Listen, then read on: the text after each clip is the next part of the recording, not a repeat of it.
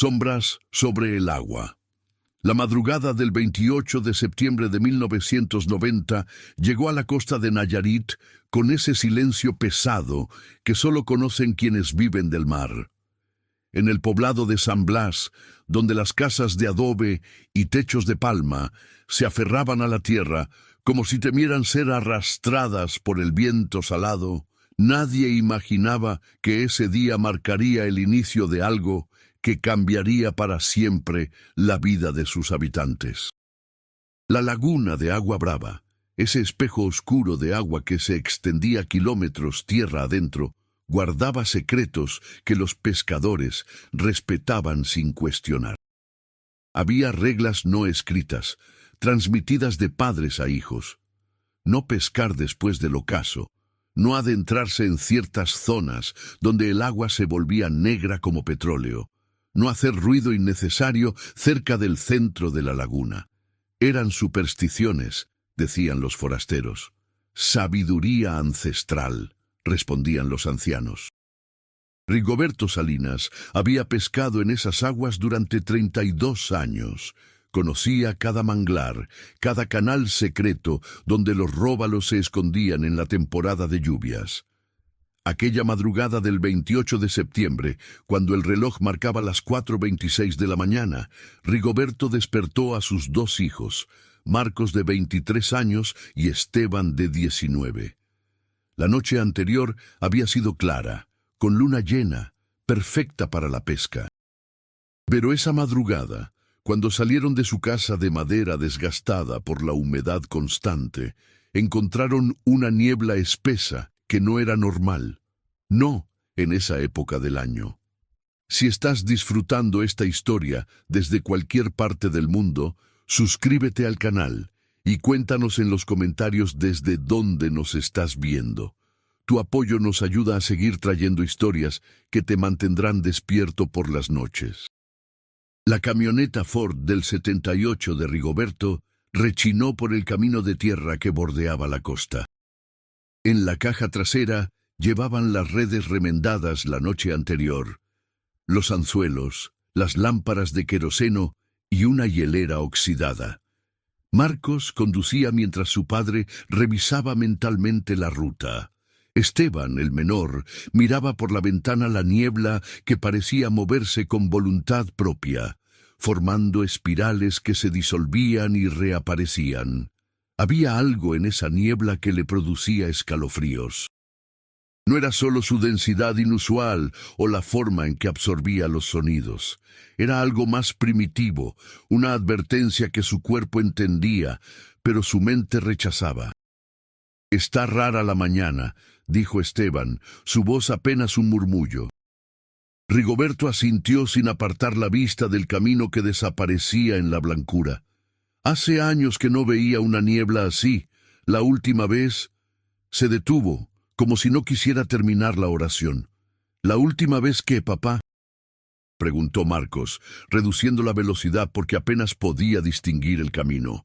«La última vez fue en el 67. Desaparecieron 3 lanchas. Nunca encontraron los cuerpos. El silencio que siguió fue más denso que la niebla. Esteban sintió cómo se le erizaba la piel de los brazos. Conocía esa historia, todos en San Blas la conocían, pero escucharla de labios de su padre, en medio de esa niebla antinatural, le daba un peso diferente. Marcos apretó el volante con más fuerza, sus nudillos blanqueándose bajo la tenue luz del tablero. Llegaron al embarcadero de madera que se adentraba en la laguna como un dedo acusador. La estructura crujía con cada paso, desgastada por décadas de humedad y olvido. Otras 2 lanchas ya estaban amarradas allí, la de los hermanos Cordero y la de don Abundio, un pescador solitario que prefería trabajar sin compañía. La de los Cordero era reconocible por su pintura azul descarapelada y el motor fuera de borda que Javier, el mayor, había reparado tantas veces que prácticamente lo había reconstruido pieza por pieza. «¿Van a salir con esta niebla?», les gritó Javier Cordero desde su lancha. Tenía 45 años, pero aparentaba 60. El sol y el salitre habían curtido su piel hasta dejarla como cuero viejo. Su hermano menor, Tomás, de 38, terminaba de cargar las redes. «La necesidad no espera al clima perfecto», respondió Rigoberto mientras ayudaba a sus hijos a bajar el equipo a su lancha, una embarcación de fibra de vidrio de 6 metros que había comprado de segunda mano hacía una década.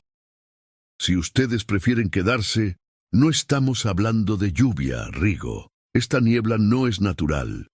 Rigoberto se detuvo y miró a Javier directamente a los ojos. «¿Desde cuándo le tienes miedo a un poco de neblina? Llevamos GPS, brújula, conocemos estas aguas mejor que nuestras propias casas». «No es miedo», intervino Tomás, su voz tensa. «Es respeto. Mi mujer soñó anoche con agua negra». Despertó gritando. Don Abundio, que había permanecido en silencio revisando sus sedales, soltó una risa seca. «Sueños. Si tuviéramos que quedarnos en casa cada vez que alguien tiene una pesadilla, nos moriríamos de hambre». Era un hombre de 60 y tantos años, flaco como un espantapájaros, con ojos hundidos que parecían haber visto demasiado. Viudo, desde hacía 15 años, vivía solo en una choza al borde de la laguna. Algunos decían que estaba medio loco. Otros, que simplemente prefería la compañía del agua a la de las personas.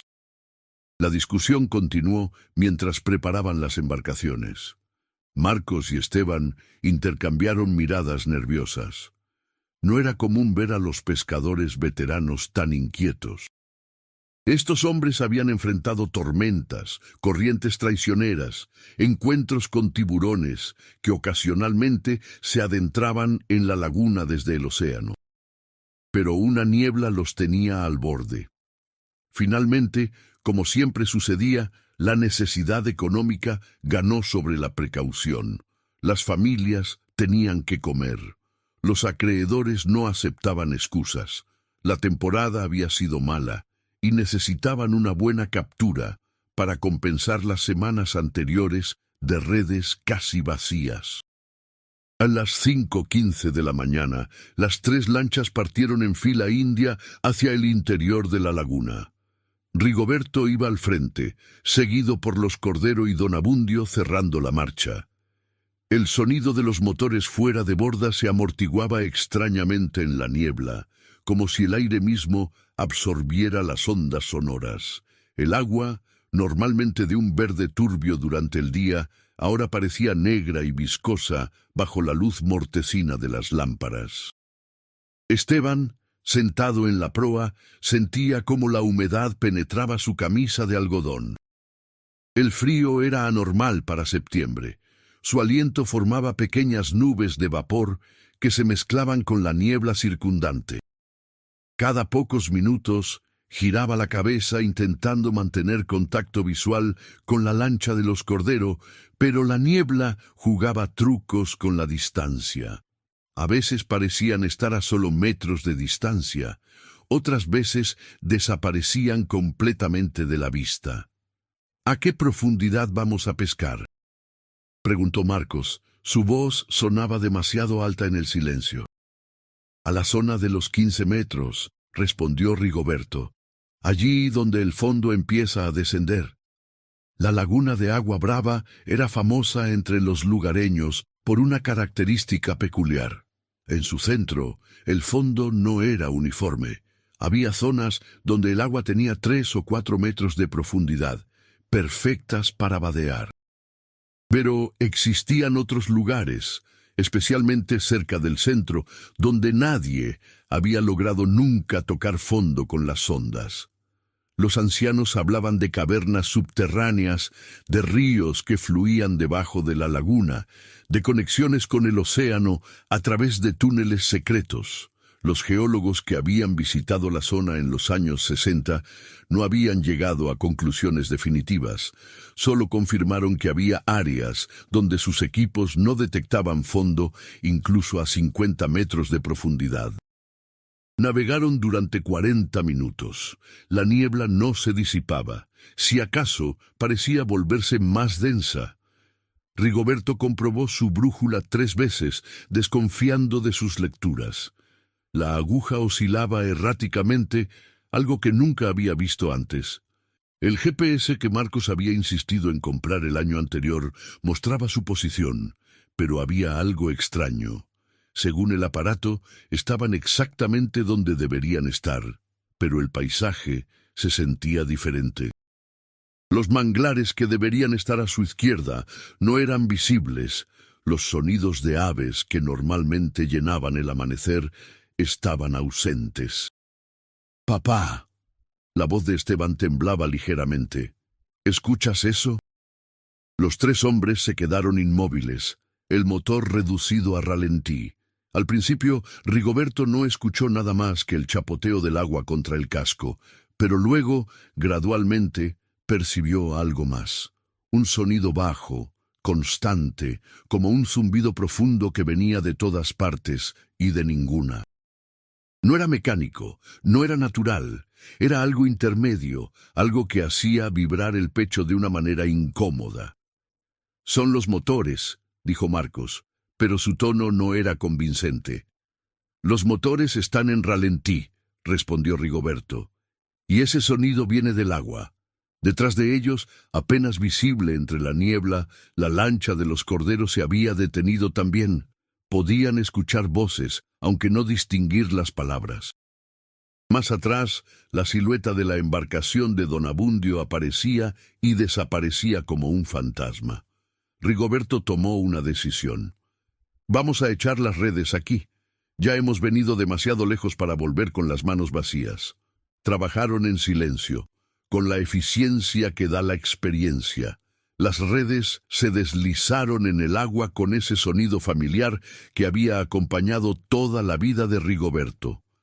Marcos manejaba el guinche mientras Esteban se aseguraba de que las boyas estuvieran bien colocadas. En la lancha vecina, los hermanos Cordero hacían lo mismo. Fue Tomás Cordero quien lo notó primero. «La red está bajando demasiado rápido». Su voz cortó el aire como un cuchillo. En la lancha de Rigoberto observaron su propia red. Tomás tenía razón. Normalmente la red descendía de manera controlada, encontrando resistencia del agua, pero ahora caía como si hubiera un vacío debajo, como si no hubiera agua que la frenara. «Imposible», murmuró Marcos. A esta velocidad ya debería haber tocado fondo. Rigoberto comprobó la sonda. 20 metros, 25, 30. La red seguía descendiendo. 40 metros, 50, 60. «Detén el guinche», ordenó Rigoberto, pero había pánico en su voz. Marcos presionó el freno, pero la red no se detuvo. El cable seguía desenrollándose, cada vez más rápido. El motor del guinche comenzó a hacer un ruido agudo, forzado más allá de su capacidad. «¡Suéltalo!», gritó Rigoberto, pero ya era tarde. El cable se tensó con tanta fuerza que la lancha entera se inclinó hacia un costado. Esteban cayó, golpeándose contra la borda. Marcos intentó cortar el cable con un machete, pero antes de que pudiera hacerlo, el guinche completo se arrancó de su base con un chirrido metálico terrible. Todo sucedió en segundos. El guinche, el cable, la red, todo desapareció en el agua negra sin dejar rastro. La lancha se balanceó violentamente, llenándose de agua por un costado. Rigoberto se lanzó a los remos mientras Marcos ayudaba a su hermano a levantarse. «¡Cordero! ¡Abundio! ¡Vámonos! ¡Ahora!», gritó Rigoberto con toda la fuerza de sus pulmones. Desde la niebla llegó la respuesta de Javier. «A nosotros también nos está pasando. La red está...».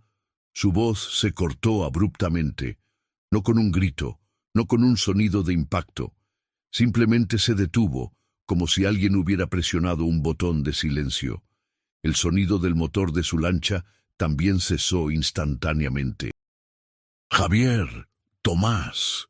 Rigoberto remaba frenéticamente intentando acercarse a donde había estado la otra lancha segundos antes. Nada, solo niebla, solo ese zumbido profundo que ahora parecía más fuerte, más cerca.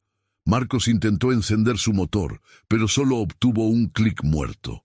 Lo intentó de nuevo. Nada. La batería estaba completamente agotada, imposible después de haber funcionado perfectamente minutos antes. Papá. La voz de Esteban era apenas un susurro. El agua. Los tres miraron hacia abajo. El agua alrededor de la lancha había cambiado. Ya no era el negro opaco de antes. Ahora parecía transparente, pero lo que revelaba esa transparencia no tenía sentido. Debajo de ellos, donde debería haber 4 o 5 metros de profundidad hasta el fondo lodoso, había nada. Solo oscuridad. Una oscuridad que parecía extenderse infinitamente hacia abajo, como si estuvieran flotando sobre un abismo. Y en esa oscuridad algo se movía. No era un pez, no era un banco de peces. Era algo masivo, algo que desplazaba el agua de manera que creaba corrientes que mecían la lancha. Una forma que ascendía lentamente desde las profundidades imposibles. Rigoberto había pescado toda su vida. Había visto mantarrayas del tamaño de automóviles, tiburones que podían arrancar un brazo de un mordisco. Había enfrentado tormentas que convertían el mar en una furia líquida. Pero nunca, en todos sus años, había sentido el terror puro que sintió en ese momento. No era miedo a morir. Era algo más primitivo. Era el miedo que siente un ratón cuando la sombra de un halcón lo cubre. Era el reconocimiento instintivo de estar en presencia de algo que estaba tan por encima de él, en la cadena alimenticia, que la comparación misma era absurda. Remen, su voz salió como un graznido. Remen por sus vidas. Marcos y Esteban no necesitaron que se lo repitieran. Tomaron los remos y comenzaron a remar con una fuerza nacida del pánico puro. Rigoberto se unió a ellos, sus músculos ardiendo con el esfuerzo. La lancha se movía, pero dolorosamente despacio. El agua parecía haberse vuelto espesa, viscosa, resistiendo cada palada. El zumbido se convirtió en un rugido. El agua comenzó a burbujear a su alrededor, y entonces, justo cuando pensaban que lo que estaba debajo iba a emerger completamente, todo se detuvo. El silencio que siguió fue absoluto. El agua se calmó. El zumbido desapareció. Incluso la niebla pareció aligerarse ligeramente. Los tres hombres permanecieron congelados, sudando a pesar del frío, sus corazones latiendo tan fuerte que podían escucharlos. Minutos pasaron. 5, 10. Gradualmente, Rigoberto se atrevió a mirar hacia abajo nuevamente. El agua había vuelto a su opacidad normal, verde-marrón, turbia, imposible ver más allá de medio metro de profundidad, como si nada hubiera pasado. ¿Dónde están los Cordero?, preguntó Marcos, su voz rota. ¿Dónde está don Abundio? Rigoberto no respondió. Siguieron remando, ahora en la dirección que su instinto le decía que era hacia la costa. Sin brújula, sin GPS, solo confiando en décadas de experiencia y en una plegaria silenciosa. Fue Esteban quien vio el primer objeto flotando. Al principio pensó que era basura, tal vez un pedazo de madera, pero a medida que se acercaban se dio cuenta de lo que era. Una boya. Una de las boyas de la red de los Cordero, reconocible por las rayas rojas que Tomás pintaba en todas sus boyas para distinguirlas. Solo la boya, sin red, sin cable, como si alguien la hubiera cortado limpiamente y la hubiera dejado flotando allí. Más adelante encontraron más objetos, un remo partido por la mitad, una lámpara de queroseno intacta pero apagada, un chaleco salvavidas que Rigoberto reconoció como perteneciente a don Abundio, con las iniciales AM, escritas con marcador permanente en la parte posterior, pero ningún cuerpo, ningún rastro de las lanchas, nada que indicara qué había pasado con los 5 hombres que momentos antes estaban a metros de distancia. La niebla finalmente comenzó a disiparse cuando el sol ascendió lo suficiente. Pudieron ver los manglares a lo lejos, orientarse. Hacia las 8:30 de la mañana llegaron al embarcadero, exhaustos, traumatizados, con las manos destrozadas de tanto remar. Había gente esperando. Siempre había gente esperando cuando las lanchas regresaban. Esposas, hijos, comerciantes que compraban el pescado fresco. Pero esta vez había más gente de lo normal. Rigoberto reconoció a Lucía Cordero, la esposa de Javier, con sus 3 hijos. A Mariana, la mujer de Tomás, embarazada de 8 meses. A Consuelo, la hija de don Abundio que había venido desde Tepic a visitar a su padre. Todas ellas miraban la lancha que llegaba sola. Contaban las personas. 3. Debían ser 7. Fue el grito de Lucía lo que Rigoberto nunca olvidaría. No fue un grito de tristeza inmediata, fue un grito de pregunta, de negación, de esperanza desesperada. ¿Dónde está Javier? ¿Dónde están? Rigoberto abrió la boca para responder, pero no salieron palabras. ¿Qué podía decir? Que habían desaparecido, que algo en el agua se los había llevado, que él no tenía ni idea de qué había pasado realmente. Marcos fue quien finalmente habló, su voz monótona por el shock. Desaparecieron en la niebla, las lanchas, las redes, todo, solo desaparecieron. El pánico se extendió por el embarcadero como fuego en pasto seco. Las mujeres corrieron hacia la lancha. Otros pescadores comenzaron a gritar preguntas. Alguien corrió a buscar al jefe de policía del pueblo, un hombre llamado Arturo Salcedo, que había sido pescador antes de que una pierna rota lo obligara a buscar otro trabajo. Para el mediodía, el embarcadero era un caos. Pescadores preparaban lanchas para ir a buscar. Las autoridades intentaban mantener el orden. Un helicóptero de la Marina, estacionado en la base de San Blas, fue solicitado para hacer un reconocimiento aéreo. Periodistas locales comenzaban a llegar, olfateando una historia. Rigoberto, Marcos y Esteban fueron separados e interrogados. Una y otra vez contaron su historia. Y cada vez que la contaban, sonaba más increíble, más como el delirio de hombres que habían estado demasiado tiempo bajo el sol. ¿Vieron hundirse las lanchas?, preguntó el comandante Salcedo. No exactamente. ¿Escucharon gritos? No, solo se callaron. Agua negra transparente que no tiene fondo, algo moviéndose debajo. Cuando lo decían en voz alta, bajo la luz del día, rodeados de gente escéptica, incluso ellos mismos dudaban de sus propios recuerdos.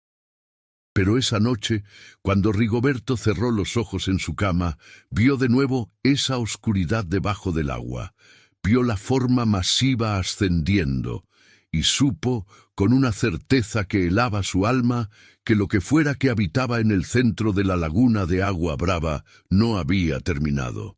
Los Cordero y don Abundio no fueron los únicos que desaparecerían en esas aguas, eran solo los primeros. Las lanchas de búsqueda salieron al amanecer del 29 de septiembre. 7 embarcaciones en total, todas equipadas con radios de comunicación, bengalas y equipos de buceo básicos. El comandante Salcedo coordinaba desde tierra, usando el único radio de onda corta que tenía la estación de policía. El helicóptero de la Marina sobrevoló la laguna durante 3 horas, cubriendo un área de 20 kilómetros cuadrados. No encontraron nada. Ni un fragmento de fibra de vidrio, ni ropa flotando, ni cuerpos. Era como si las 2 lanchas y los 4 hombres se hubieran evaporado. El piloto del helicóptero reportó algo extraño. Desde el aire podía ver claramente el fondo de la laguna en la mayoría de las áreas. El agua era lo suficientemente clara para distinguir los bancos de arena, los manglares sumergidos, pero había una zona casi perfectamente circular, de aproximadamente medio kilómetro de diámetro, donde el agua se veía negra incluso desde 100 metros de altura. Como si allí no hubiera fondo, o el fondo estuviera tan profundo que la luz no llegaba. Es la zona que los pescadores llaman el ojo, explicó uno de los pilotos locales que acompañaba al helicóptero. Nadie pesca ahí. Dicen que las redes nunca tocan fondo. ¿Y Salinas llevó a sus hijos exactamente ahí?, preguntó el piloto de la Marina incrédulo. Él dice que no. Dice que estaban en el borde, donde el agua todavía tiene fondo medible. Esa noche, en el único bar del pueblo, un establecimiento llamado La Red Dorada, que olía a cerveza rancia y tabaco, los pescadores discutían en voz baja. Rigoberto estaba allí, sentado en una esquina con un vaso de mezcal intacto frente a él. No había probado el alcohol en años, desde que nació Esteban, pero esa noche necesitaba algo que adormeciera los recuerdos que no lo dejaban en paz. «Debiste haber sabido mejor, Rigo», dijo Fermín Ochoa, un pescador de 50 y tantos años, con una cicatriz que le cruzaba la mejilla izquierda. 30 años pescando y no supiste reconocer una mañana mala. La niebla, comenzó Rigoberto, pero Fermín lo interrumpió. No fue solo la niebla, fue el día, 28 de septiembre, ¿no te acuerdas? Hace exactamente 22 años, el mismo día, desaparecieron las 3 lanchas del 68. Rigoberto alzó la vista bruscamente. Fue en el 67. Y fue en marzo, no en septiembre. Fermín negó con la cabeza. Fue en el 68, Rigo. Septiembre 28. Yo tenía 18 años. Acababa de empezar a pescar con mi padre. Él estaba allí esa mañana, vio todo. Un silencio cayó sobre el bar. Otros pescadores se acercaron formando un círculo alrededor de la mesa. Había algo en la forma en que Fermín hablaba que demandaba atención. Mi padre nunca quiso hablar mucho de eso, continuó Fermín, su voz más baja ahora. Pero yo escuché cosas. Los viejos hablaban cuando pensaban que los jóvenes no estaban escuchando. Decían que no fue la primera vez, que cada cierto número de años la laguna se cobra su tributo. Esos son cuentos de viejas, dijo alguien, pero su tono no era convincente. ¿Ah, sí? Fermín se giró hacia el hablante. Entonces explícame por qué, en 1946, en septiembre, desaparecieron 5 pescadores. En 1924, otros 4. Y antes de eso, los registros no son claros, pero los ancianos hablaban de desapariciones que se remontaban a la época colonial. Rigoberto sintió cómo se le erizaba la piel. ¿Estás diciendo que hay un patrón? No solo un patrón, una fecha. Siempre alrededor de finales de septiembre, siempre en años que terminan en números pares. 1924, 1946, 1968 y ahora 1990. Otro pescador, más joven, llamado Daniel Ruiz, se rió nerviosamente. Eso es imposible. ¿Qué? ¿Hay algún monstruo que vive en la laguna y tiene un calendario? Se despierta cada 22 años a comer pescadores. Nadie se rió con él. La tensión en el bar era palpable. Fue entonces cuando entró don Sebastián Montes, el hombre más viejo del pueblo. Tenía 94 años, pero su mente seguía aguda como un anzuelo nuevo. Caminaba encorvado, apoyándose en un bastón de madera tallado, pero sus ojos eran claros y penetrantes. El silencio se hizo más profundo cuando los hombres lo vieron. Sebastián raramente salía de su casa y nunca después del anochecer. ¿Qué les dijo?, preguntó con una voz sorprendentemente fuerte para su edad. ¿Quién?, respondió Rigoberto. Los que desaparecieron antes de irse. ¿Qué les dijeron? Rigoberto frunció el ceño, confundido. No dijeron nada, solo se callaron. Sebastián asintió como si eso confirmara algo que ya sabía. Se acercó cojeando y se sentó pesadamente en una silla que alguien le ofreció. En 1946, yo estaba allí. Tenía 20 años. Pescaba con mi tío y 2 de sus amigos. Hubo niebla esa mañana, como la que describes, y un sonido, un zumbido profundo que venía del agua. Todos los ojos estaban fijos en él ahora. Incluso el cantinero había dejado de limpiar vasos. «Echamos las redes», continuó Sebastián, sus ojos perdidos en un recuerdo de hace más de 40 años. «Y pasó lo mismo que describes». Las redes cayeron sin tocar fondo. El agua se volvió transparente, pero lo que vimos debajo se detuvo, y por primera vez desde que entró, su voz tembló. No debería existir algo así, no en este mundo. «¿Qué vio, don Sebastián?», preguntó Fermín, inclinándose hacia adelante. El anciano cerró los ojos. Ojos, cientos de ojos. O tal vez era uno solo tan grande que parecían muchos. Y tentáculos, no eran tentáculos. Eran como raíces o venas, extendiéndose en todas direcciones. Y en el centro, una boca. Dios mío, una boca que podría tragarse una casa entera. Varios hombres se santiguaron. Daniel Ruiz, el que se había reído antes, había palidecido. Las otras lanchas, continuó Sebastián, desaparecieron en segundos. Un momento estaban allí, al siguiente, nada, solo el agua burbujeando donde habían estado. Mi tío gritó que remáramos por nuestras vidas, y lo hicimos. Sentíamos que algo nos seguía, algo masivo moviéndose bajo la superficie. Pero llegamos a tierra. 3 de 5 lanchas se perdieron ese día, 12 hombres. ¿Y nadie investigó?, preguntó Daniel. ¿La policía? ¿El gobierno? Sebastián soltó una risa amarga. Investigaron. Vinieron buzos de la Ciudad de México. Equipo especial, dijeron. Bajaron al centro de la laguna donde el agua se pone negra. Se detuvo, su expresión endureciéndose. 3 buzos bajaron, 2 subieron. El que no subió, encontraron su equipo de buceo flotando 2 días después. El tanque de oxígeno estaba aplastado, como si algo lo hubiera apretado con una fuerza tremenda. El casco estaba partido en 2, pero el cuerpo nunca apareció. ¿Y los otros buzos?, preguntó Rigoberto. ¿Qué dijeron que vieron? Nada. Se negaron a hablar. Uno de ellos tuvo un colapso nervioso esa misma noche. Lo internaron en un hospital psiquiátrico en Guadalajara.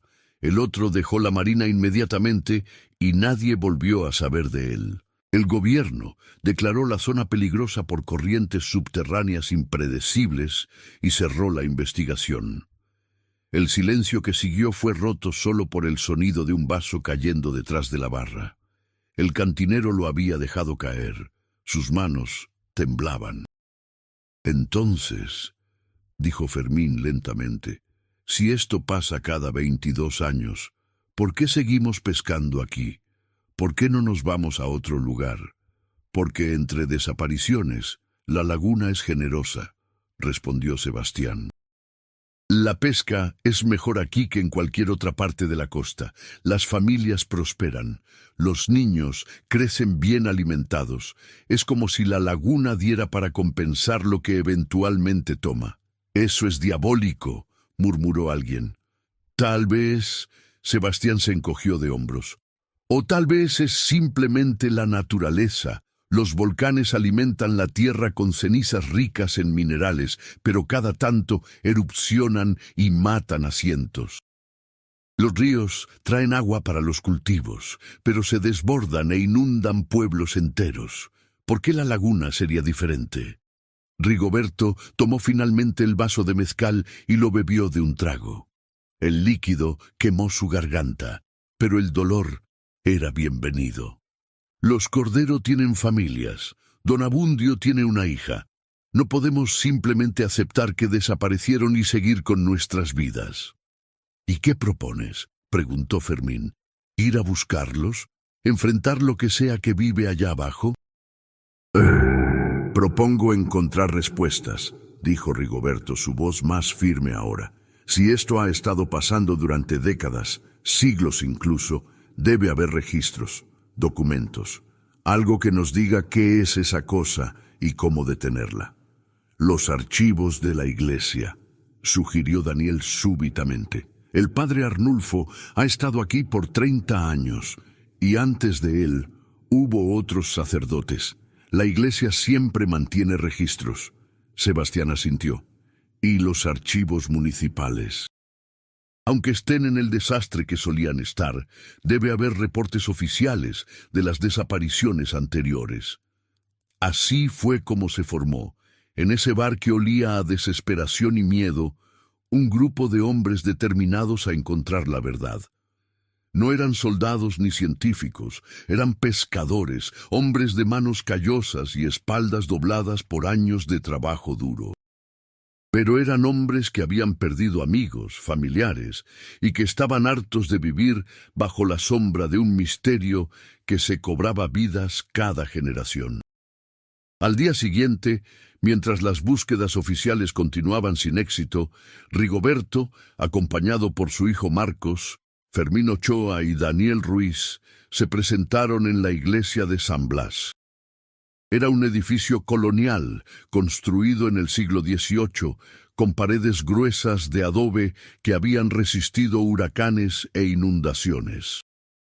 El padre Arnulfo los recibió en su oficina, un cuarto pequeño y abarrotado, con pilas de libros y papeles desorganizados. «Ya me llegaron los rumores de lo que están diciendo», comenzó el padre Arnulfo. Era un hombre delgado de 60 años, con lentes de marco grueso y una paciencia infinita, que hay algo en la laguna, que las desapariciones son parte de un ciclo. «No son rumores, padre», dijo Rigoberto. «Vi con mis propios ojos cómo desaparecieron esos hombres». El sacerdote suspiró y se quitó los lentes para limpiarlos con el borde de su sotana. «Sé que vieron algo, no dudo de su testimonio, pero deben entender que lo que me piden, los registros de la iglesia deben mantenerse confidenciales». «Hombres han muerto, padre», intervino Fermín, «y seguirán muriendo si no entendemos qué está pasando». El padre Arnulfo los miró a cada uno, evaluándolos. Finalmente, se levantó y caminó hacia un archivero antiguo en la esquina de la oficina. «Cuando llegué aquí hace 30 años, mi predecesor, el padre Ignacio, me dejó una carta. Me dijo que la abriera solo si las desapariciones volvían a ocurrir. Sacó un sobre amarillento y lo colocó sobre el escritorio. Hasta hace 2 días no entendía de qué hablaba. Con manos que temblaban ligeramente, abrió el sobre y sacó varias hojas de papel escritas con una caligrafía elegante pero temblorosa. Comenzó a leer en voz alta. «A quien corresponda, si estás leyendo esto es porque la laguna ha vuelto a despertar. He servido en esta parroquia por 42 años, y en ese tiempo he presenciado 2 ciclos de desapariciones. En 1946 y en 1968. He estudiado los registros que dejaron mis predecesores, remontándome hasta 1734, cuando la iglesia fue fundada. Las desapariciones están documentadas consistentemente cada 22 años en el mes de septiembre». Los hombres intercambiaron miradas. Fermín había estado en lo correcto sobre el patrón. El padre Arnulfo continuó leyendo. «Pero hay más. En 1782, el padre Francisco de la Cruz realizó una investigación exhaustiva después de que su propio hermano desapareciera en la laguna. Entrevistó a ancianos indígenas que vivían en las montañas cercanas, personas cuyas familias habían habitado esta región mucho antes de la llegada de los españoles. Lo que descubrió está documentado en un diario que guardé en la bóveda de la iglesia, escondido porque su contenido es perturbador». «Necesitamos ver ese diario», dijo Rigoberto inmediatamente. El padre Arnulfo dudó. Luego asintió. «Síganme». Los condujo por un pasillo estrecho hacia la parte más antigua de la iglesia. Bajaron unas escaleras de piedra que llevaban a un sótano húmedo que olía a moho y tiempo. El padre encendió una lámpara de queroseno y se dirigió a un cofre de madera reforzado con metal. Lo abrió con una llave que llevaba en una cadena alrededor de su cuello. Dentro había varios documentos antiguos protegidos en cajas de metal. El padre sacó uno con extremo cuidado. Era un libro encuadernado en cuero, las páginas amarillentas y frágiles. En la portada, escritas en tinta desvaída, estaban las palabras «Diario del Padre Francisco de la Cruz, año de nuestro Señor 1782». De la verdad sobre la laguna maldita. El padre Arnulfo colocó el diario sobre una mesa y comenzó a pasar las páginas con cuidado. Gran parte está en latín, pero hay secciones en español. Aquí, señaló una página. Esta entrada es del 15 de octubre de 1782. Rigoberto se inclinó para leer y el padre Arnulfo tradujo los pasajes en latín cuando era necesario. He hablado con la anciana Xochitl, una curandera de la tribu Cora que vive en las montañas. Tiene más de 80 años, pero su memoria es clara. Me contó leyendas que su abuela le contó, y su abuela aprendió de su propia abuela, en una cadena que se remonta a tiempos anteriores a la conquista. Dicen que la laguna no siempre estuvo aquí. Hace muchas generaciones, esta era tierra sólida, valles fértiles donde crecían cultivos abundantes. Pero hubo un terremoto terrible, el más grande que alguien recordara. La tierra se abrió y en esa grieta brotó agua desde las profundidades. Pero no era solo agua. Algo vino con ella, algo antiguo, algo que había estado dormido en las entrañas de la tierra desde antes de que los hombres caminaran sobre la superficie. Marcos soltó un sonido de incredulidad.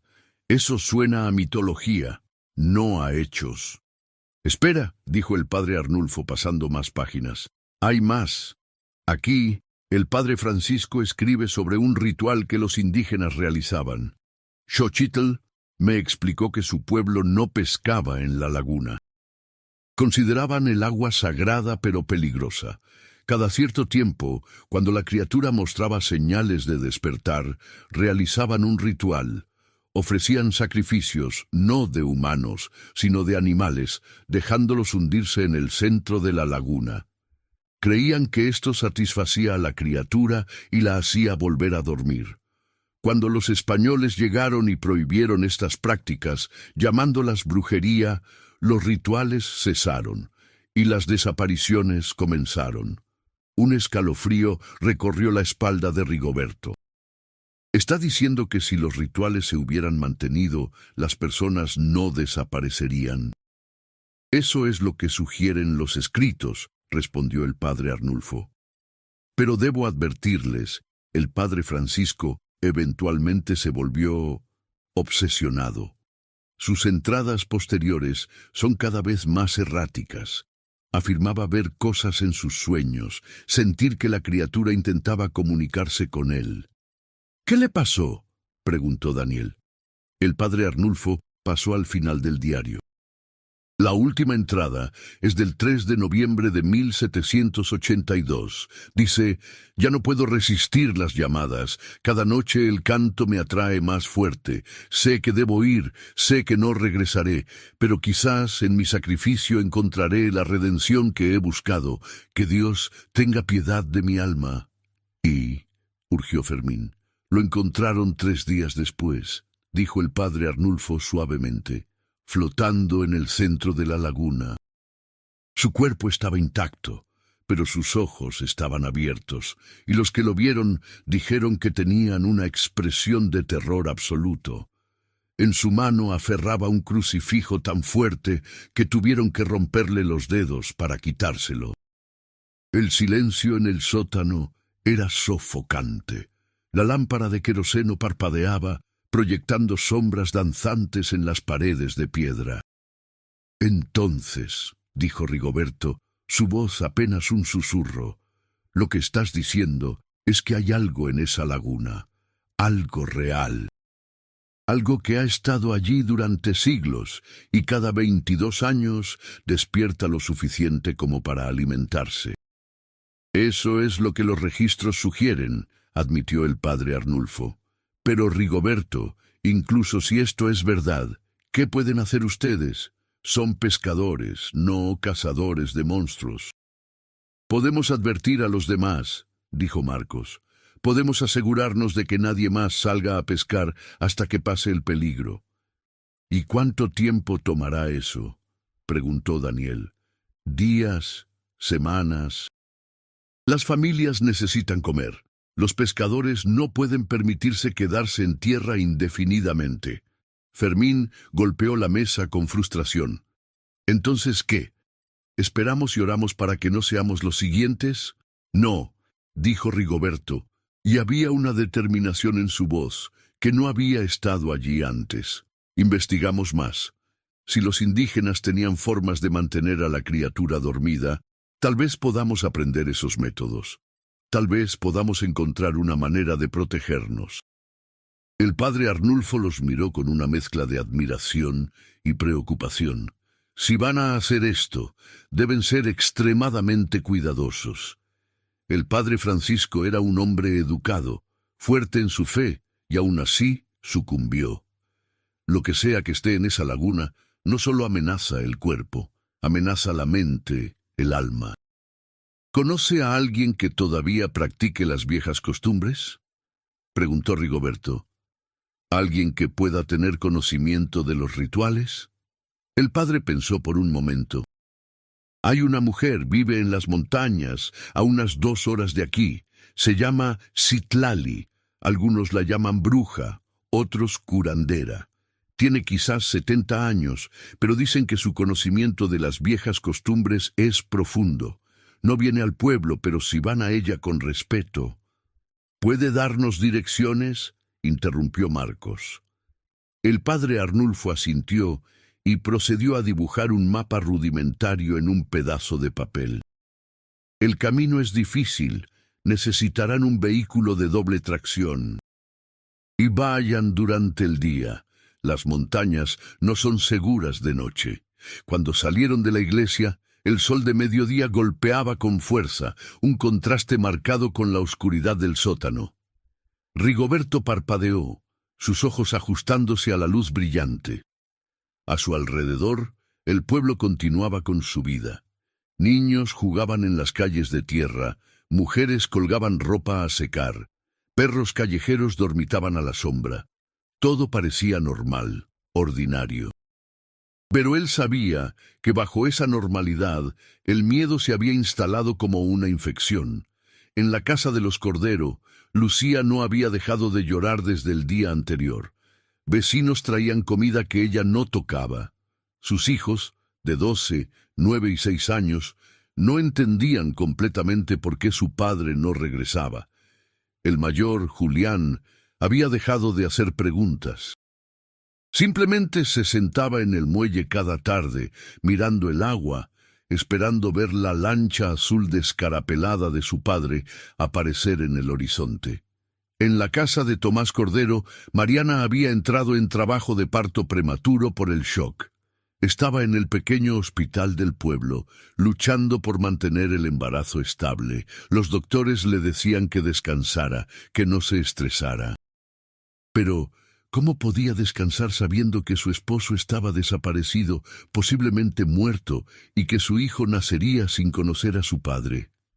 Consuelo, la hija de don Abundio, había llegado de Tepic esperando una visita agradable con su padre anciano. En cambio, se encontró planificando un funeral sin cuerpo. Había algo particularmente cruel en eso, pensaba mientras empacaba las pertenencias de su padre en cajas. No poder llorar sobre un féretro, no tener un lugar donde poner flores, no tener cierre. Esa tarde, Rigoberto reunió a su familia. Su esposa, Rosario, había estado silenciosa desde que él regresó.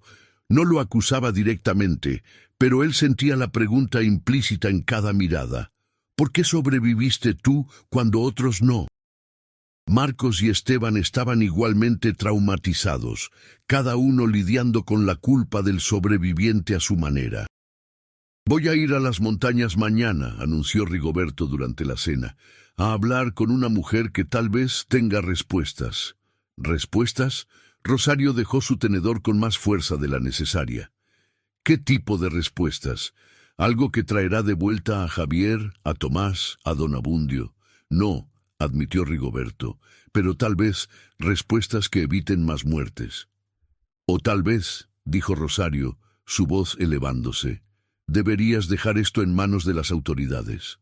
Ellos tienen recursos, experiencia. Las autoridades ya declararon las búsquedas suspendidas, intervino Marcos. Dijeron que sin pistas concretas no pueden justificar más recursos. Rosario se llevó las manos a la cara, sus hombros temblando. Casi pierdo a mi esposo y a mis 2 hijos. ¿Y ahora quieres ir a perseguir fantasmas en las montañas? ¿Cuándo termina esto, Rigoberto? ¿Cuándo dejas de tentar a la suerte? Esteban, que había estado callado hasta ese momento, habló. «Mamá, si no hacemos algo, esto volverá a pasar». En 22 años, Julián Cordero tendrá la edad de su padre. Tal vez esté pescando en la laguna. Tal vez sea él quien desaparezca. ¿No vale la pena intentar romper ese ciclo? Las palabras de su hijo menor golpearon a Rigoberto con fuerza. Esteban había crecido mucho en las últimas 48 horas. El muchacho que había subido a la lancha había sido un adolescente. El joven que estaba sentado frente a él ahora tenía ojos de alguien que había visto demasiado. Rosario los miró a los 3 y algo en su expresión se suavizó. «Si van a hacer esto, prométanme algo. Prométanme que no tomarán riesgos innecesarios, que si algo se siente mal, se dan la vuelta y regresan». «Te lo prometo», dijo Rigoberto tomando su mano. Esa noche, mientras Rigoberto yacía en la cama al lado de su esposa dormida, escuchó un sonido que lo hizo incorporarse. Era débil, apenas perceptible, pero lo reconoció inmediatamente. El mismo zumbido profundo que había escuchado en la laguna. Se levantó y caminó hacia la ventana. Su casa estaba a solo 200 metros del borde de la laguna. Desde allí podía ver el agua bajo la luz de la luna. El agua se movía, no con el movimiento normal de las olas o corrientes. Se movía en patrones circulares, como si algo enorme estuviera nadando justo debajo de la superficie. Y por un momento, solo un momento, Rigoberto habría jurado que vio algo emerger. Una forma masiva, oscura, con lo que parecían ser tentáculos, ramas. Era difícil decirlo a esta distancia y con esta luz. Entonces, tan rápido como apareció, desapareció. El agua volvió a su calma normal. El zumbido se detuvo, pero Rigoberto sabía que no lo había imaginado. La criatura estaba allí, estaba activa, y de alguna manera sentía que lo estaba observando. Esperaré tu confirmación para continuar con la siguiente parte de la historia, donde Rigoberto y su grupo viajan a las montañas para encontrar a Citlali y descubren verdades aún más perturbadoras sobre la naturaleza de la criatura y su conexión con el pueblo. El camino a las montañas era exactamente tan difícil como el padre Arnulfo había advertido. La camioneta Ford del 78 de Rigoberto gemía y crujía con cada piedra, cada bache, cada pendiente empinada. Habían salido al amanecer del 30 de septiembre. Rigoberto al volante, Marcos en el asiento del pasajero y Fermín Ochoa en la parte trasera con provisiones y herramientas por si el vehículo fallaba. Daniel Ruiz se había quedado en el pueblo. Alguien tenía que mantener informadas a las familias. La vegetación cambiaba a medida que ascendían. Los manglares y palmeras de la costa daban paso a pinos y robles. El aire se volvía más fresco, más seco. Era extraño para hombres que habían pasado toda su vida al nivel del mar, donde la humedad era una compañera constante. Aquí, a más de 1000 metros de altitud, Sus pulmones tenían que trabajar más, sus cuerpos recordándoles que estaban fuera de su elemento. Pasaron por pequeños asentamientos, más caseríos que pueblos, donde las casas eran construcciones simples de madera y lámina. Niños descalzos los miraban pasar con curiosidad. Mujeres lavando ropa en arroyos detenían su trabajo para observar. Había una desconfianza palpable en sus miradas. Los forasteros raramente venían aquí, y cuando lo hacían, generalmente no traían nada bueno. Según el mapa del padre, dijo Marcos, estudiando el papel arrugado, deberíamos llegar a un cruce marcado por un árbol caído. Desde allí hay un sendero que lleva a la casa de Citlali. ¿Y si no quiere hablar con nosotros?, preguntó Fermín desde atrás. El padre dijo que no le gusta la gente del pueblo. Entonces la convenceremos, respondió Rigoberto con más confianza de la que sentía. Le explicaremos lo que está en juego. Encontraron el árbol caído, un pino masivo que parecía haber sido derribado por un rayo, juzgando por las marcas carbonizadas en su tronco. El sendero que partía desde allí era apenas visible, más una sugerencia en la tierra que un camino real. Dejaron la camioneta y continuaron a pie, llevando mochilas con agua y algo de comida. El bosque a su alrededor estaba inquietantemente silencioso. No había canto de pájaros, no había el zumbido de insectos, solo el sonido de sus propias pisadas y respiraciones. Marcos notó algo extraño en los árboles. ¿Ven esas marcas?, señaló. Había símbolos tallados en varios troncos, diseños que no reconocía, pero que claramente habían sido hechos por manos humanas. Marcadores de territorio, dijo Fermín, o advertencias. Los antiguos pueblos indígenas solían marcar lugares sagrados o peligrosos así. Caminaron durante casi una hora antes de ver el humo, una columna delgada que se elevaba entre los árboles. Siguieron el humo y emergieron en un pequeño claro donde se alzaba una casa. No era como las construcciones modernas del pueblo, era tradicional, con paredes de adobe y techo de palma, pero bien mantenida. Había un jardín donde crecían plantas que Rigoberto no reconocía, algunas con flores de colores intensos, otras con hojas que parecían casi negras. Una mujer estaba sentada frente a la casa, moliendo algo en un metate de piedra. Levantó la vista cuando se acercaron, y Rigoberto se encontró mirando los ojos más penetrantes que había visto jamás. Citlali era pequeña, probablemente no medía más de 1,5 metros, con piel profundamente arrugada por el sol y los años. Su cabello, completamente blanco, estaba trenzado en una sola trenza gruesa que le llegaba hasta la cintura. Vestía ropa simple, una falda larga de algodón y una blusa bordada con patrones geométricos. Ya era hora de que vinieran, dijo sin preámbulo, su voz sorprendentemente fuerte. Hablaba en español con un acento que revelaba que no era su lengua materna. Los 3 hombres se miraron entre sí, confundidos. ¿Nos estaba esperando?, preguntó Marcos. La laguna despertó hace 3 días, respondió Citlali, volviendo a su trabajo de moler. Sentí su hambre desde aquí. Sabía que eventualmente alguien vendría buscando respuestas. Hizo una pausa y los estudió con esos ojos que parecían ver más de lo que mostraban. Perdieron hombres. No era una pregunta, pero Rigoberto asintió de todos modos. 4 desaparecieron en la niebla. Citlali suspiró, un sonido cargado de tristeza y resignación.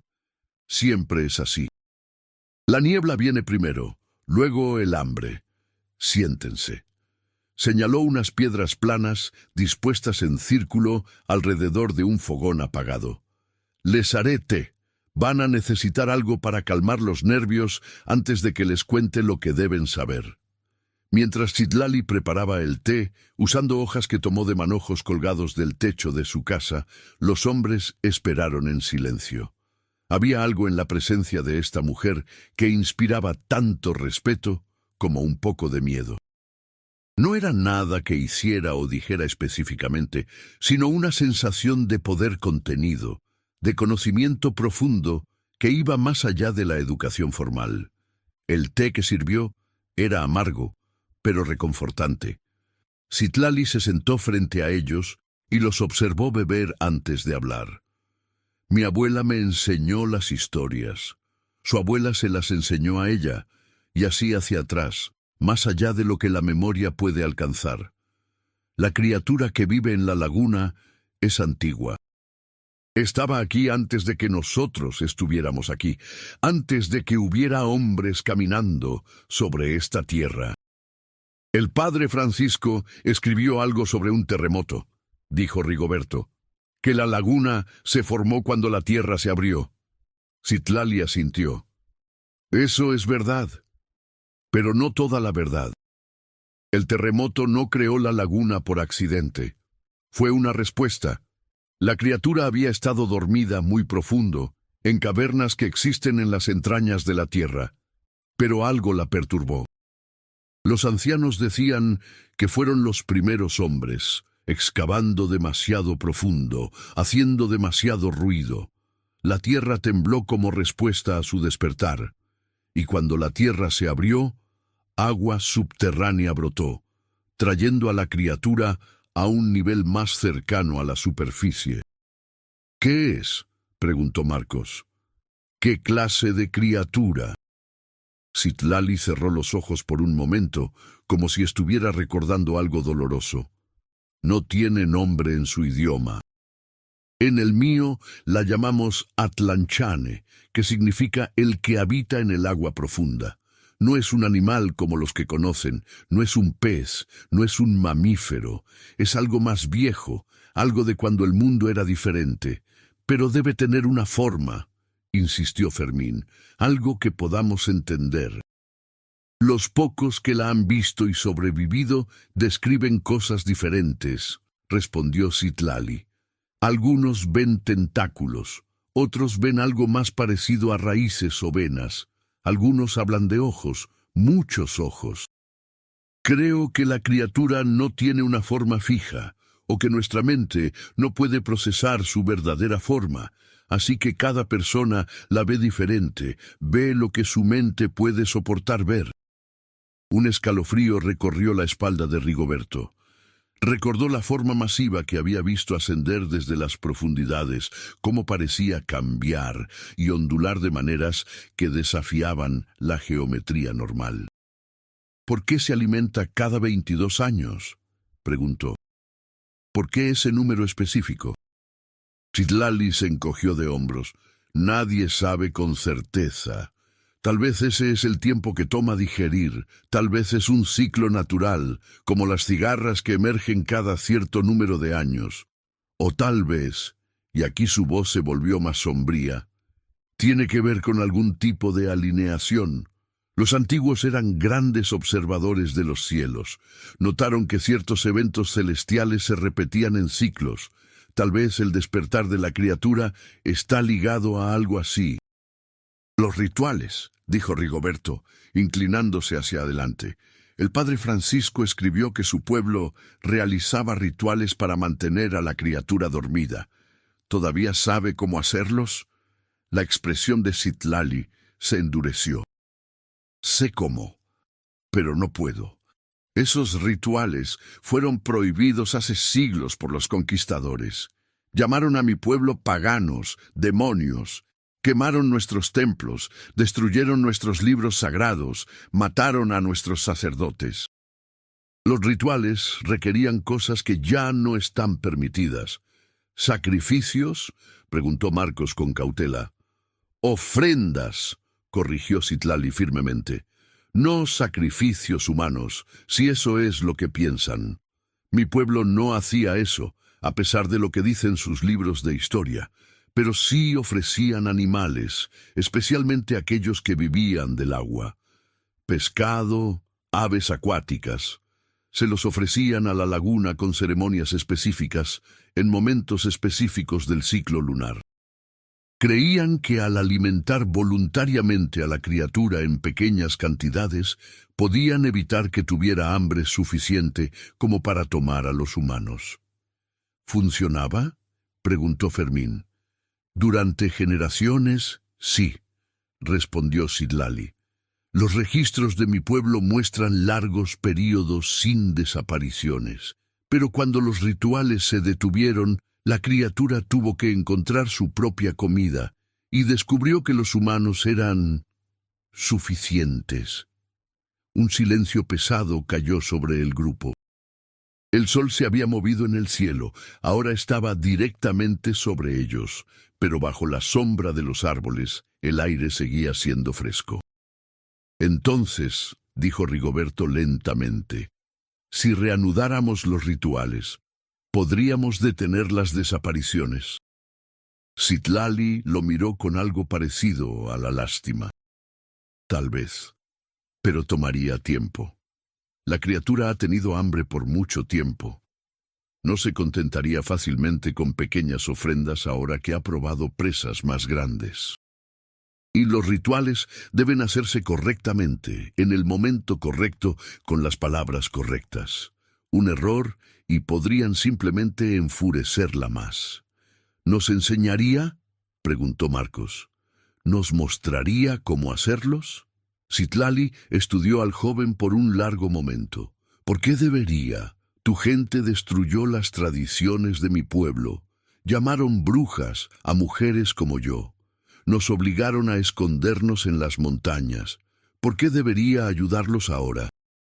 Porque no son solo nuestras vidas las que están en juego, respondió Marcos, su voz firme. Son las vidas de nuestros hijos y los hijos de nuestros hijos. Este ciclo ha continuado durante siglos. Alguien tiene que tratar de romperlo. La anciana sonrió, aunque no era una sonrisa feliz. Hablas como un hombre que ha visto demasiado para su edad. Bien, les enseñaré lo que sé, pero deben entender algo. Una vez que comiencen este camino, no hay vuelta atrás. La criatura los sentirá. Sabrá que están tratando de controlarla, y puede que no le guste. Ya nos ha visto, dijo Rigoberto. Siento que me está observando desde que regresé. Citlali asintió como si eso fuera exactamente lo que esperaba escuchar. Sí. Una vez que has estado cerca de ella, una vez que has mirado al abismo, el abismo también te mira a ti. Esa es la maldición de los sobrevivientes. Quedan marcados. Se levantó con una agilidad sorprendente para su edad y les hizo señas para que la siguieran al interior de su casa. El interior era oscuro, iluminado solo por velas y un pequeño fuego en un fogón de piedra. Las paredes estaban cubiertas con manojos de hierbas secas, pieles de animales y objetos que Rigoberto no podía identificar. En el centro había un altar, pero no como los altares católicos que conocía. Este tenía estatuas de piedra que representaban formas que eran mitad humanas, mitad animales. Había cuencos con agua, plumas, piedras pulidas. Citlali se arrodilló frente al altar y comenzó a murmurar en un idioma que ninguno de los hombres entendía. Después de varios minutos, se levantó y tomó un libro de un estante. No era como los libros modernos. Era un códice, páginas de papel amate dobladas en forma de acordeón, cubiertas con pictogramas e ilustraciones coloridas. Este es uno de los pocos que sobrevivió la quema, dijo, su voz cargada de emoción. Mi familia lo ha guardado durante generaciones, pasándolo de madre a hija. Aquí están los rituales. Abrió el códice en una sección específica. Las imágenes mostraban figuras humanas realizando ceremonias alrededor de un cuerpo de agua. En el agua, una forma oscura y tentacular acechaba bajo la superficie. Durante las siguientes horas, Citlali les explicó los rituales en detalle.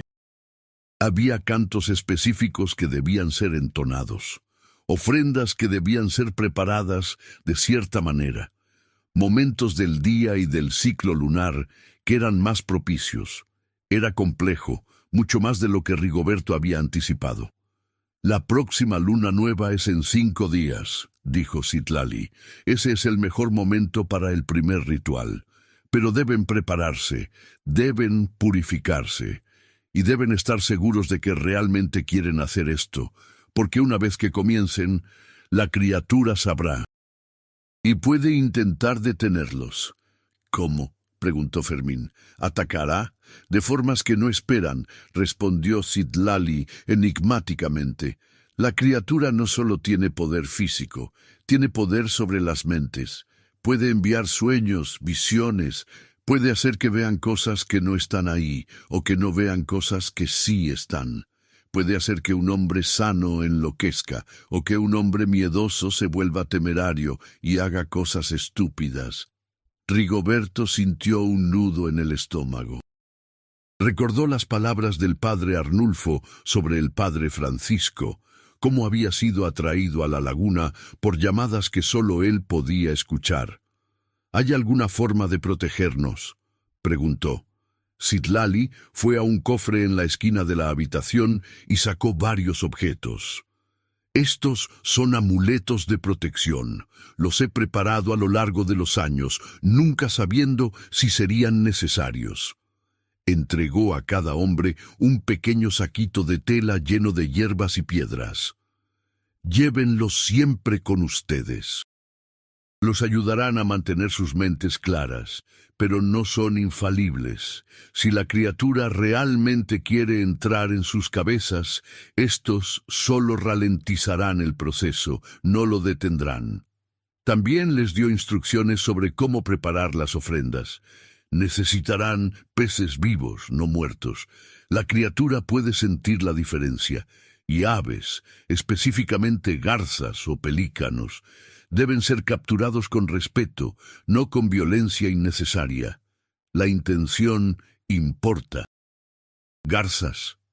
Fermín frunció el ceño. «Esas son aves protegidas.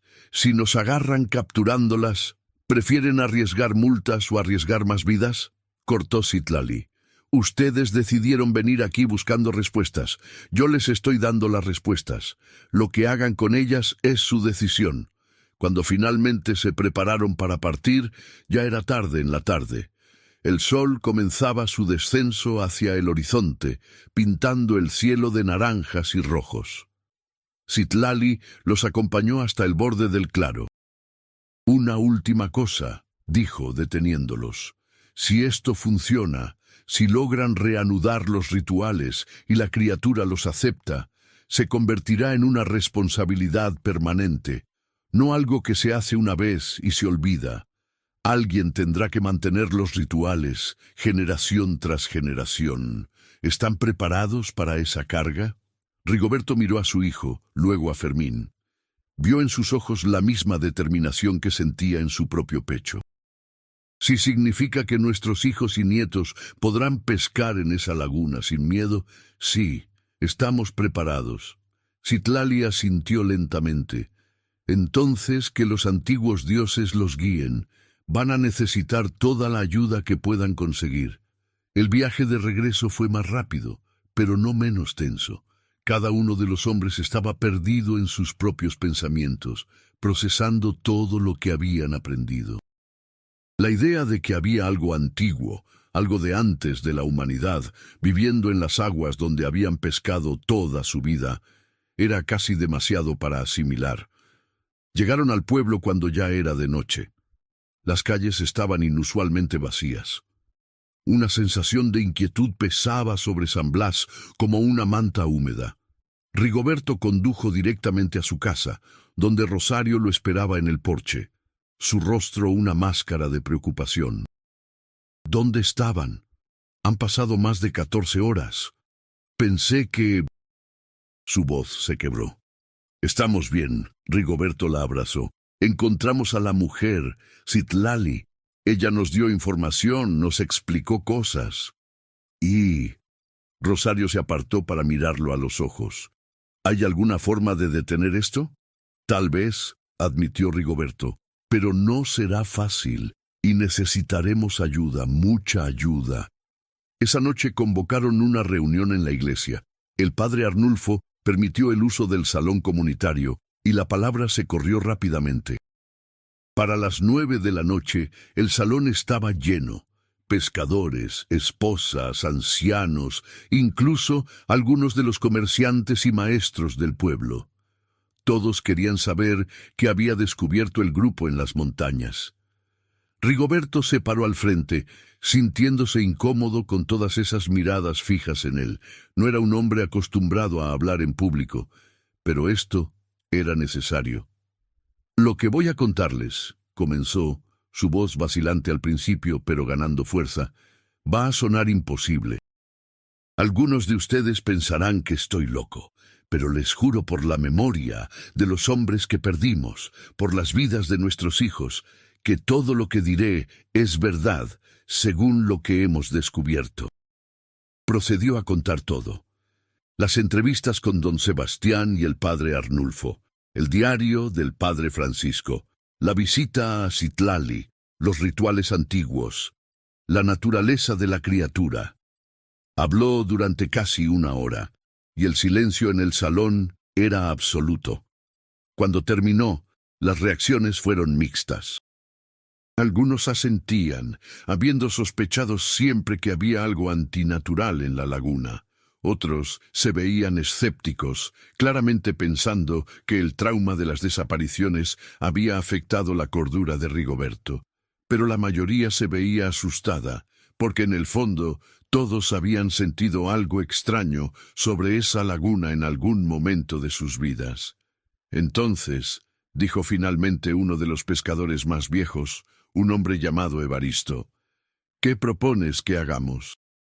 Propongo que realicemos los rituales, respondió Rigoberto, que intentemos apaciguar a la criatura, y que, si funciona, mantengamos esos rituales como parte de nuestra vida comunitaria, no como algo vergonzoso o escondido, sino como una tradición necesaria. La Iglesia nunca lo permitirá, dijo alguien, son rituales paganos. Todos los ojos se volvieron hacia el padre Arnulfo, quien había estado sentado en silencio en la parte de atrás. El sacerdote se levantó lentamente, claramente sopesando sus palabras cuidadosamente. Lo que propone Rigoberto va en contra de la doctrina oficial de la Iglesia, dijo finalmente. Los rituales paganos están prohibidos, pero levantó una mano cuando varias personas comenzaron a protestar. También está prohibido permitir que personas inocentes mueran cuando hay formas de prevenir esas muertes. He pasado las últimas 2 noches orando, buscando guía, y he llegado a la conclusión de que hay cosas en este mundo que la Iglesia no entiende completamente, cosas que existían antes del cristianismo y que seguirán existiendo después. Si estos rituales pueden salvar vidas, entonces tal vez sean una forma diferente de hacer la obra de Dios. Hubo murmullos de sorpresa. No era la respuesta que muchos esperaban de un sacerdote católico. Sin embargo, continuó el padre Arnulfo, no puedo participar directamente. Mi posición no me lo permite. Pero tampoco los detendré, y rezaré porque tengan éxito. La reunión continuó hasta después de la medianoche. Se formaron comités. Algunos hombres se encargarían de capturar los peces y las aves necesarios para las ofrendas. Otros prepararían el sitio del ritual. Las mujeres ayudarían a preparar los elementos ceremoniales según las instrucciones que Citlali había dado. Había un sentido de propósito, de acción, que había estado ausente desde las desapariciones. Pero no todos estaban convencidos. Un grupo pequeño pero vocal, liderado por un pescador llamado Gustavo Reyes, argumentaba que todo esto era superstición peligrosa. ¿Van a escuchar a una vieja bruja de las montañas?, demandó Gustavo. ¿Van a realizar rituales diabólicos en la laguna?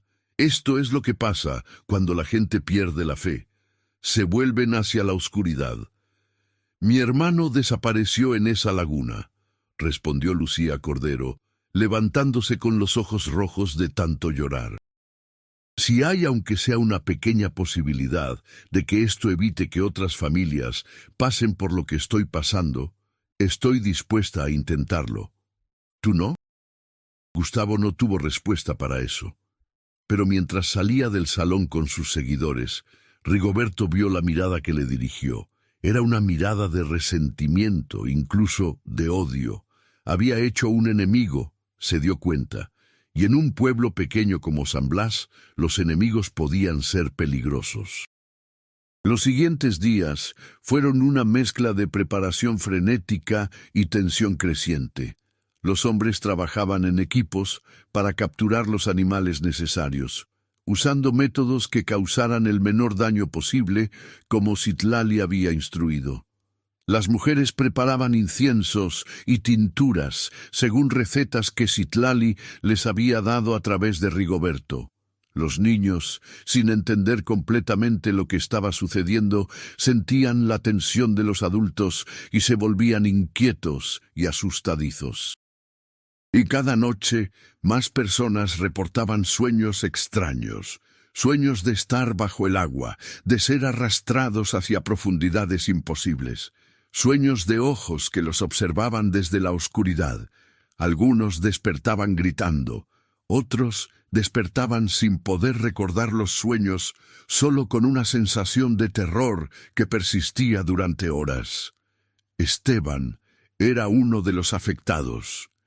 En la noche del 2 de octubre, 3 días antes del ritual planeado, despertó a toda la casa con sus gritos. Rigoberto y Rosario corrieron a su habitación y lo encontraron sentado en la cama, empapado en sudor, sus ojos abiertos, pero sin ver realmente. «Está aquí», murmuraba Esteban. «Está en mi cabeza. Puedo sentirla. Quiere que vaya al agua. Dice que me pertenezco a ella ahora, que todos los que la vieron le pertenecen». Rigoberto abrazó a su hijo sintiendo cómo temblaba. «No le perteneces a nadie. Eres mi hijo, eres humano, y vamos a luchar contra esto». Pero en su corazón, Rigoberto sentía la misma atracción que su hijo describía. Cada noche, cuando cerraba los ojos, escuchaba el zumbido. Veía las profundidades oscuras y una parte de él, una parte pequeña pero creciente, quería ir allí. Quería ver la criatura completa, quería entender. El amuleto que Citlali les había dado ayudaba, pero no era suficiente. Rigoberto comenzó a dormir con él apretado en su mano, y aún así los sueños lo visitaban. El 3 de octubre hubo otro incidente. Un pescador llamado Rodrigo Chávez, que no había estado en la laguna el día de las desapariciones, pero que pescaba allí regularmente, fue encontrado caminando hacia el agua en medio de la noche. Su esposa lo había seguido cuando lo notó salir de la casa. Lo encontró en el muelle, a punto de lanzarse al agua, murmurando sobre cómo la laguna lo llamaba, cómo necesitaba ir a ella. Tomó a 3 hombres para sujetarlo y llevarlo de vuelta.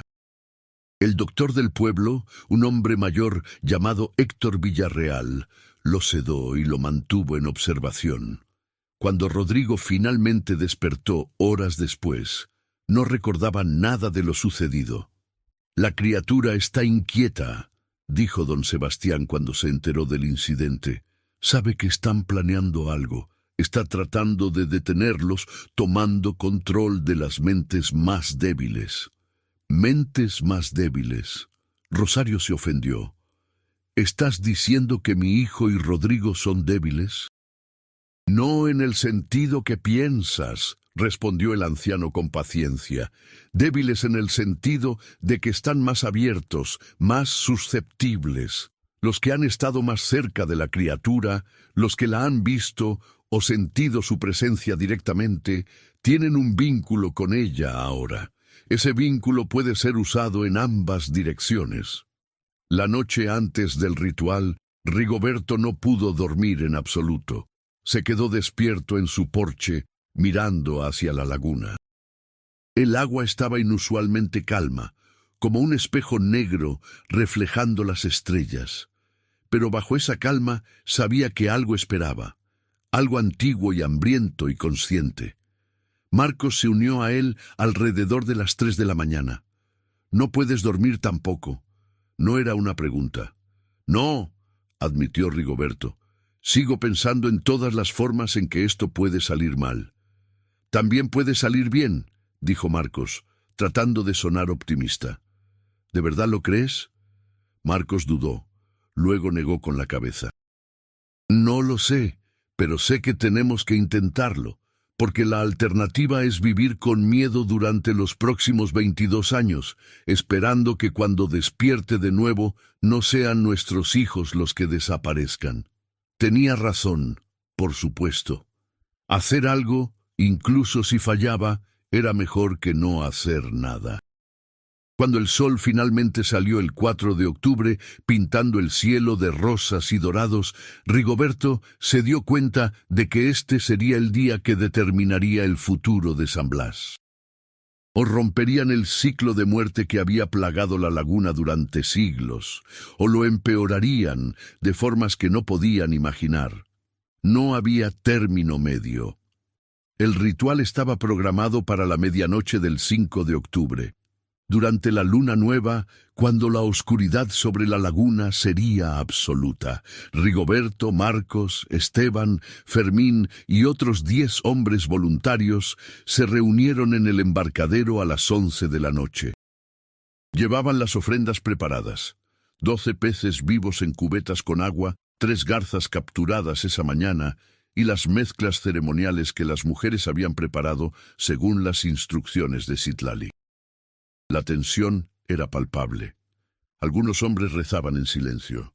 Otros revisaban compulsivamente su equipo. Todos llevaban los amuletos de Citlali colgados al cuello. «Recuerden», dijo Rigoberto repasando las instrucciones por última vez, «una vez que estemos en el centro, en el ojo, no hablen a menos que sea parte del cántico. No miren directamente al agua por mucho tiempo. Y si sienten que algo está tratando de entrar en sus mentes, aférrense al amuleto y piensen en sus familias, en por qué están haciendo esto». Abordaron 3 lanchas. El viaje hacia el centro de la laguna fue silencioso, excepto por el sonido de los motores. No había niebla esta noche, pero la oscuridad era casi tan desorientadora. Sin la luna, solo las estrellas proporcionaban algo de luz, y no era suficiente para ver más allá de unos metros. Cuando llegaron a el ojo, lo supieron sin necesidad de instrumentos. El agua aquí se sentía diferente, más fría, más densa, y ese zumbido profundo que Rigoberto había escuchado antes estaba presente, tan bajo que era más una vibración en los huesos que un sonido real. Apagaron los motores y las lanchas se agruparon en formación circular. Rigoberto sacó el papel donde había escrito fonéticamente los cánticos que Citlali les había enseñado. Con voz temblorosa comenzó a entonar las palabras antiguas. Al principio, nada sucedió. Los hombres continuaron el cántico, sus voces mezclándose en el aire nocturno. Liberaron los peces uno por uno, observándolos desaparecer en el agua negra. Después de 15 minutos de cántico continuo, procedieron con las aves. Fue cuando la tercera garza tocó el agua que la laguna respondió. El zumbido se intensificó hasta convertirse en un rugido. El agua comenzó a moverse, formando un remolino masivo alrededor de las lanchas. Los hombres gritaron, aferrándose a lo que podían, mientras las embarcaciones eran sacudidas violentamente. Y entonces la vieron. Emergió desde las profundidades una masa de oscuridad que era más la ausencia de luz que una cosa física. Tentáculos, o ramas, o algo intermedio, se extendían en todas direcciones, y en el centro, brillando con una luz pálida y enfermiza, había algo que podría haber sido un ojo, o una boca, o ambos. Era imposible decirlo con certeza, porque la mente se negaba a procesarlo completamente. Varios hombres comenzaron a gritar. Uno intentó arrancar el motor de su lancha para huir, pero Rigoberto, sintiendo el amuleto quemando contra su pecho, continuó el cántico. Su voz se elevó sobre los gritos, firme y clara. Marcos se unió a él. Luego Fermín, uno por uno, los otros hombres recuperaron el control suficiente para continuar el ritual. La criatura se quedó suspendida en el agua, escuchando, evaluando. Cuando llegaron a la parte final del cántico, Rigoberto derramó la mezcla ceremonial en el agua, una combinación de hierbas, sangre de pescado y otras sustancias que Citlali había especificado. El líquido brilló al contacto con el agua, emitiendo una luz verde fosforescente que se extendió en patrones que parecían tener significado. La criatura se movió. Los tentáculos, o lo que fueran, se extendieron hacia las lanchas, y por un momento terrible, Rigoberto pensó que los arrastraría a todos hacia las profundidades. Pero en lugar de atacar, la criatura simplemente los tocó, como si estuviera sintiendo, reconociendo. Y luego, tan repentinamente como había aparecido, se hundió de nuevo en la oscuridad. El agua se calmó. El zumbido se detuvo. Un silencio absoluto cayó sobre la laguna. Los hombres permanecieron inmóviles durante largos minutos, sin atreverse a creer que hubiera terminado. Finalmente Rigoberto arrancó el motor. Los demás lo imitaron. Sin hablar, navegaron de regreso a la costa. En las semanas siguientes quedó claro que algo había cambiado. No hubo más desapariciones. Los sueños perturbadores cesaron gradualmente. Los pescadores que habían estado evitando la laguna comenzaron a regresar cautelosamente. La pesca era buena, inusualmente buena. Pero había un precio. Rigoberto se encontró incapaz de alejarse de la laguna por mucho tiempo. Sentía una atracción constante hacia el agua, no amenazante como antes, sino más como la necesidad de verificar, de asegurarse de que el pacto se mantuviera. Marcos y los otros que habían participado en el ritual reportaban sensaciones similares. Citlali les había advertido.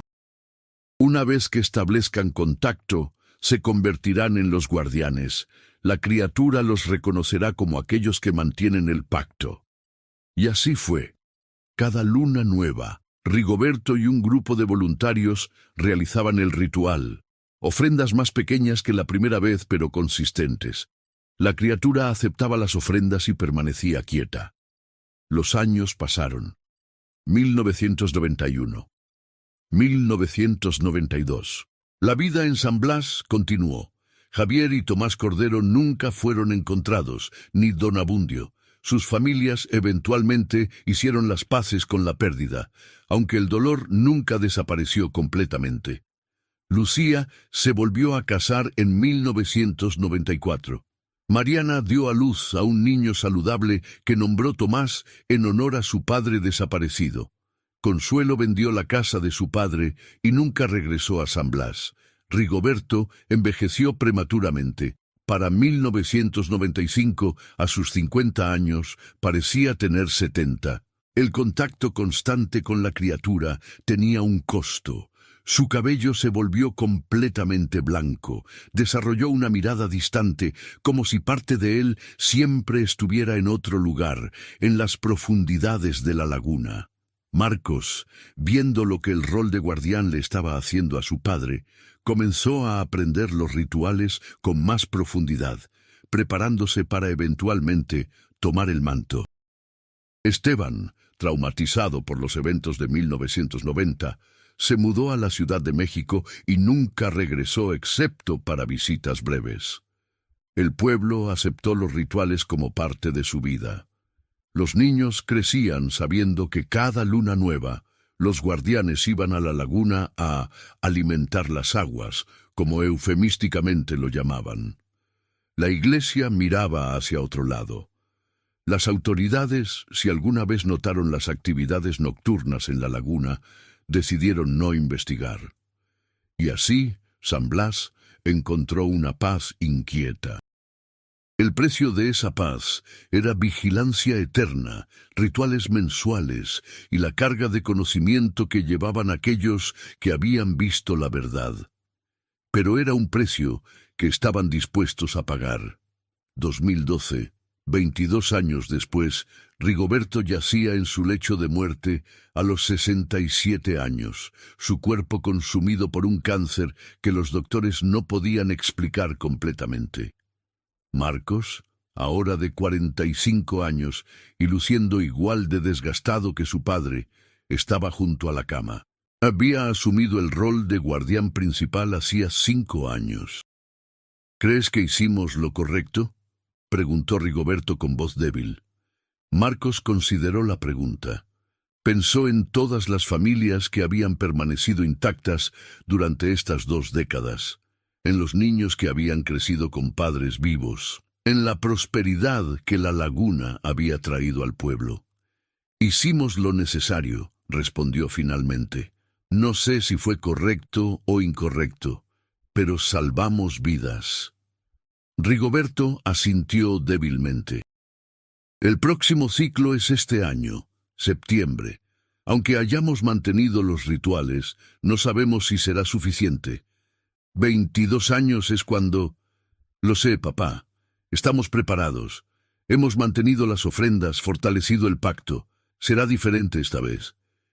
Espero que tengas razón. Los ojos de Rigoberto se cerraron. La veo en mis sueños todavía, después de todos estos años. Está esperando, siempre esperando. Rigoberto Salinas murió esa noche, el 15 de julio de 2012. Su funeral fue uno de los más grandes que San Blas había visto, con cientos de personas viniendo a presentar sus respetos al hombre que había salvado al pueblo. Cuando septiembre de 2012 llegó, Marcos y los otros guardianes duplicaron los rituales. Realizaron ofrendas cada semana en lugar de mensualmente. El día 28 de septiembre, exactamente 22 años después de las últimas desapariciones, todo el pueblo contuvo el aliento. Amaneció con niebla espesa, igual que en 1990. Los pescadores se negaron a salir. Las familias se quedaron en sus casas. Marcos y los guardianes pasaron todo el día en el embarcadero, listos para actuar si era necesario. Pero cuando la niebla se disipó al mediodía, no había pasado nada. No hubo desapariciones. No hubo el zumbido ominoso. La criatura, si había despertado, había encontrado suficiente sustento en las ofrendas regulares y había vuelto a dormir sin reclamar vidas humanas. El pacto había funcionado. 2025. Presente. Julián Cordero, el hijo mayor de Javier que había esperado en el muelle a los 12 años por un padre que nunca regresó. Ahora tenía 47 años. Era pescador como su padre y había sido entrenado como guardián desde joven. Conocía los rituales, entendía la importancia del pacto. Su propio hijo, Javier Jr., nombrado en honor al abuelo que nunca conoció, tenía 18 años y estaba aprendiendo el oficio familiar. En una tarde de octubre de 2025, mientras reparaban redes juntos, Javier Jr. hizo la pregunta que Julián había estado esperando. «Papá, ¿por qué seguimos haciendo los rituales? Han pasado 35 años desde las últimas desapariciones. Tal vez la criatura murió, tal vez nunca estuvo realmente allí». Julián dejó de trabajar y miró a su hijo. Vio en sus ojos la misma duda que él había sentido a esa edad. La misma tentación de creer que las historias eran exageradas, que el peligro había pasado. «Ven conmigo», dijo. Lo llevó al pequeño museo que el pueblo había establecido en 2010, una habitación en la parte trasera de la biblioteca municipal donde se guardaban documentos históricos. Allí, en vitrinas con cristal, estaban las fotografías de los desaparecidos, Javier Cordero, Tomás Cordero, Don Abundio, y otros de ciclos anteriores que habían sido documentados. Docenas de rostros mirando desde el pasado. Esta es tu herencia, dijo Julián. Estas son las razones por las que no nos atrevemos a olvidar. Los rituales no son superstición, hijo. Son el precio de nuestra seguridad. Y mientras la laguna esté aquí, mientras vivamos de sus aguas, ese precio debe ser pagado. Javier Jr. estudió las fotografías durante largo tiempo.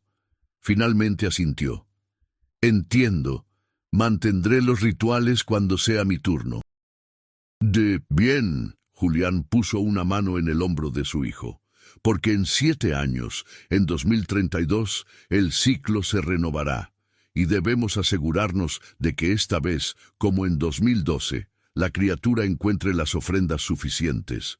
Salieron del museo y caminaron hacia el embarcadero.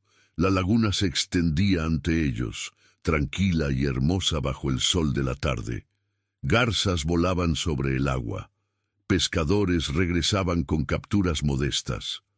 Todo parecía perfectamente normal. Pero Julián sabía la verdad. Bajo esa superficie apacible, en profundidades que ninguna sonda había medido completamente, algo antiguo dormitaba. Algo que había existido antes de la humanidad y que existiría después. Algo que había aprendido a tolerar la presencia humana a cambio de tributos regulares. No era una victoria, reflexionó Julián, era una tregua, una frágil paz construida sobre rituales mensuales y vigilancia constante. Pero en un mundo donde lo humano y lo imposible se entrelazaban en las aguas oscuras de una laguna sin fondo, tal vez eso era lo mejor que podían esperar. La historia de las sombras sobre el agua no había terminado. Nunca terminaría. Cada generación heredaría la responsabilidad, el conocimiento secreto, el peso de mantener el pacto. Y en las noches silenciosas, cuando la luna desaparecía del cielo y la laguna se volvía negra como el vacío, los guardianes escuchaban. Escuchaban el zumbido profundo que venía de abajo, recordándoles que la criatura estaba allí, esperando, siempre esperando. No con hambre descontrolada como antes, sino con una paciencia antigua como las piedras, sabiendo que los humanos eran efímeros, pero los pactos eran eternos. Y así, San Blas continuó. Un pueblo costero donde la gente pescaba, criaba familias, vivía y moría. Donde los turistas ocasionales admiraban la belleza de la laguna sin saber nunca qué habitaba en sus profundidades. Donde los niños aprendían a respetar el agua sin entender completamente por qué, hasta que eran lo suficientemente mayores para cargar con la verdad. Un lugar donde el horror y la vida cotidiana coexistían en equilibrio delicado, separados solo por rituales realizados bajo lunas nuevas, por guardianes que envejecían prematuramente, cargando el peso de mantener a raya lo imposible. Las sombras sobre el agua permanecían. Pero mientras el pacto se mantuviera, mientras las ofrendas se hicieran, mientras la memoria de los desaparecidos se preservara como advertencia y recordatorio, esas sombras no reclamarían más vidas. Era suficiente, tenía que serlo, porque en el fondo todos sabían la verdad. No habían derrotado a la criatura, simplemente habían aprendido a vivir con ella. Y tal vez, en el gran esquema del cosmos indiferente, eso era lo máximo que cualquier criatura pequeña y mortal podía aspirar al enfrentar lo antiguo e incomprensible. No la victoria, sino la supervivencia.